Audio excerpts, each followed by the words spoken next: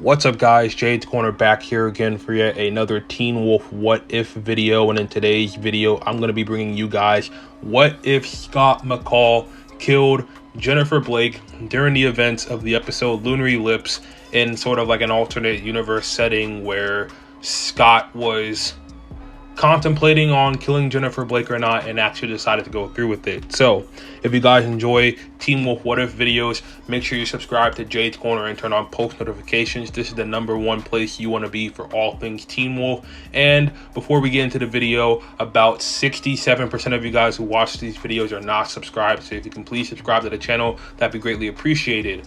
Also, make sure you leave a like on this video if you just enjoy what if Teen Wolf scenarios in general. These are extremely fun to make.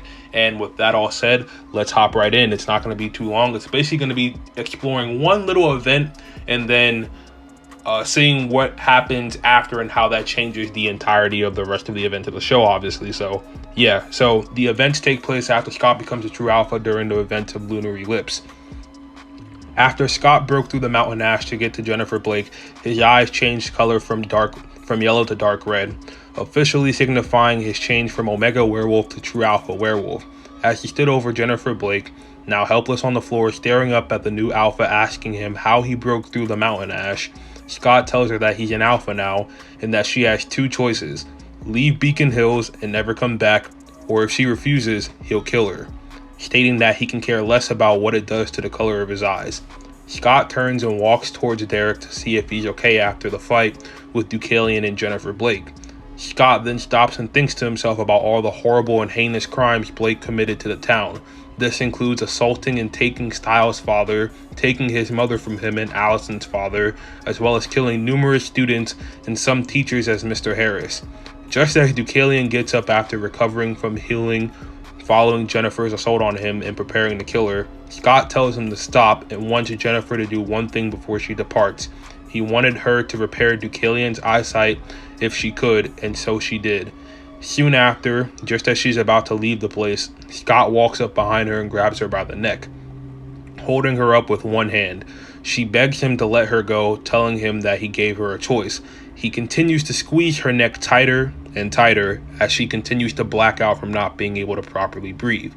He whispers to her that he changed his mind, realizing that she's way too dangerous to keep alive, as she may continue her sacrificial rituals, aka the threefold death, elsewhere outside of Beacon Hills.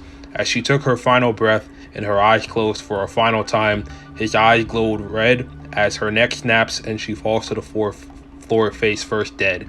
Deucalion and Darach are both shocked as this is completely out of character for Scott.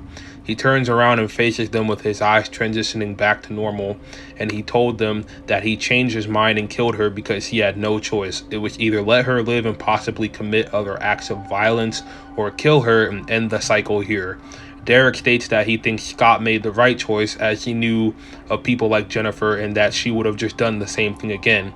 Deucalion walks up to Scott and thanks him for letting Jennifer heal his eyesight again, and that although he knew Scott had a little shred of killer within him, he did not think that he would actually go through with killing Jennifer.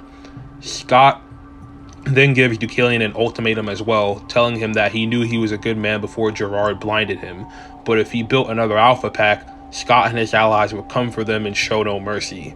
The rest of the events of this scenario play the same as the original episode Lunar Ellipse, and the only difference moving forward is that Scott is more okay with killing his enemies only if they're completely irredeemable and threaten not only his personal life but the world outside of Beacon Hills. So essentially, Scott is okay with killing his antagonist and villains only if it's absolutely necessary. So if a villain's not too evil and Scott doesn't need to kill him because he doesn't see them as a threat anymore, then he won't.